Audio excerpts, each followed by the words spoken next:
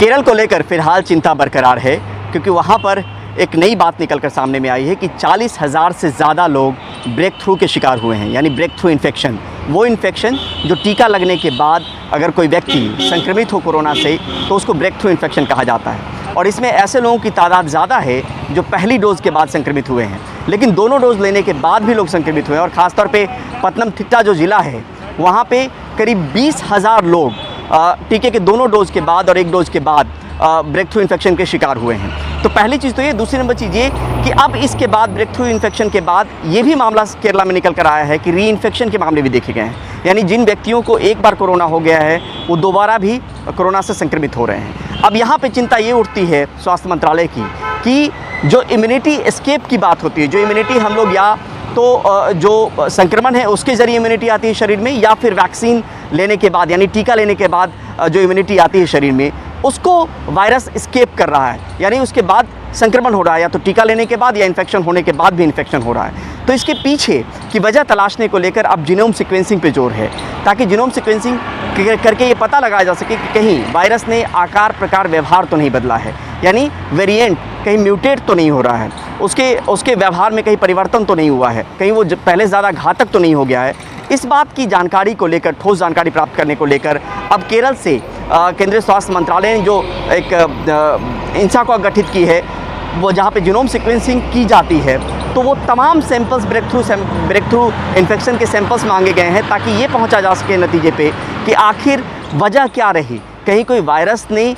Mutate तो नहीं किया, कहीं कोई म्यूटेशन तो नहीं है। तो इस वजह को तलाशने की एक कोशिश हो रही है फ़िलहाल। लेकिन यहाँ पर यह भी समझना है कि बिना जीनोम सीक्वेंसिंग के किसी नतीजे पे नहीं पहुँचा जा सकता है, क्योंकि जीनोम सीक्वेंसिंग वो ज़रिया है जिसके ज़रिए हम आँक सकते हैं, पकड़ सकते हैं कि कैसे क्या कोई वायरस ने अपना व्यवहार बदला है। क्योंकि दूसरी लहर में जो तबाही हमने देखी, अब उससे सीख लेते हुए उस तरह की कोई कोताही बरतने की मंशा नहीं है सरकार की, और यही बड़ी वजह है कि केरल से ये चीज़ें मांगी गई। हालांकि ये भी हमें बताया गया सूत्रों के ज़रिए कि केरल सरकार जो है वो ज़्यादा फोकस वैक्सीनेशन पे कर रही थी, और वैक्सीनेशन को लेके कई मौक़ों पर यह भी कहा गया कि टीकाकरण पर्याप्त नहीं दिया जा रहा है। लेकिन यहाँ पर सवाल उठता है कि जिन लोगों को टीका लग रहा है उनकी बड़ी तादाद जो है वो ब्रेक थ्रू इन्फेक्शन का शिकार भी हो रही है। तो अब यहाँ पर ब्रेक थ्रू इन्फेक्शन जिस इम्यूनिटी के लिए टीका दिया जा रहा है, अगर उसको वायरस जो सरपास कर रहा है, तो ये समझना बहुत ज़रूरी है कि कहीं कोई नया म्यूटेशन तो नहीं है, कि कहीं कोई वायरस ने अपना आचरण और व्यवहार तो नहीं बदला है, जिसकी वजह से ये लगातार जो है इतने बड़े स्केल पे इतनी बड़ी आबादी को ब्रेक थ्रू इन्फेक्शन हो रहा है। साथ में री इन्फेक्शन की शिकायतें भी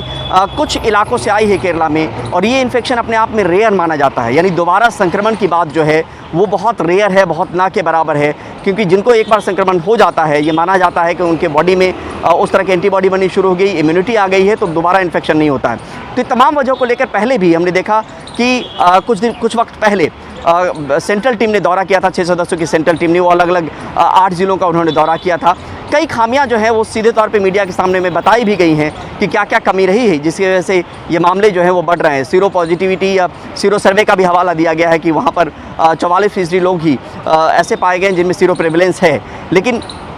वो भी एक वजह है। वजह के तौर पे ये भी बताया गया कि होम आइसोलेशन में बहुत ज़्यादा लोग रहते हैं, और उससे एक क्लस्टर बन रहा है, क्योंकि वहाँ पर उस तरह की प्रोटोकॉल या नियम की अनदेखी हो रही, जो लोग घरों में रह रहे हैं। तो वजह कई सारी बताई गई हैं, लेकिन इसके तह तक जाने को लेकर एक कोशिश ये हो रही है कि अगर ब्रेक थ्रू इन्फेक्शन के तमाम सैंपल्स की जीनोम सीक्वेंसिंग हो जाए तो वजह का पता लगाया जा सकता है कि आखिर वायरस ने कहीं कोई अपना व्यवहार तो नहीं बदला, कहीं वायरस म्यूटेट तो नहीं कर रहा है। ये चिंता के विषय इसलिए भी हो जाता है क्योंकि हमने देखा कि डेल्टा ने जिस तरीके से तबाही मचाई दूसरी लहर में, वैसी कोई चूक हम यहाँ पर नहीं कर सकते। और अभी फ़िलहाल फौरी तौर पर ये ज़रूर लग रहा है कि ये केरला तक सिमटा हुआ मामला है, लेकिन अगर इसको उस तरीके से नहीं डील किया गया, उस तरीके से तरजीह नहीं दी गई, उस तरीके से ध्यान नहीं दिया गया, तो देश की चिंता आने वाले वक्त में बढ़ेगी। और यही वजह है कि जीनोम सीक्वेंसिंग को लेकर अब जोर बहुत ज़्यादा है, और ख़ास तौर पे जो ब्रेक थ्रू इन्फेक्शन है उसकी 100% जीनोम सीक्वेंसिंग की बात जो है वो कह दी गई है। केरला से सैंपल भी मांगे गए हैं, और उम्मीद यही करनी चाहिए कि जीनोम सीक्वेंसिंग के ज़रिए जो अब तक चीज़ें अंधेरे में है कि आखिर वजह क्या है, उस वजह को लेकर आने वाले वक्त में खुलासा भी हो सकता है। नई दिल्ली से परिमल कुमार, NDTV इंडिया।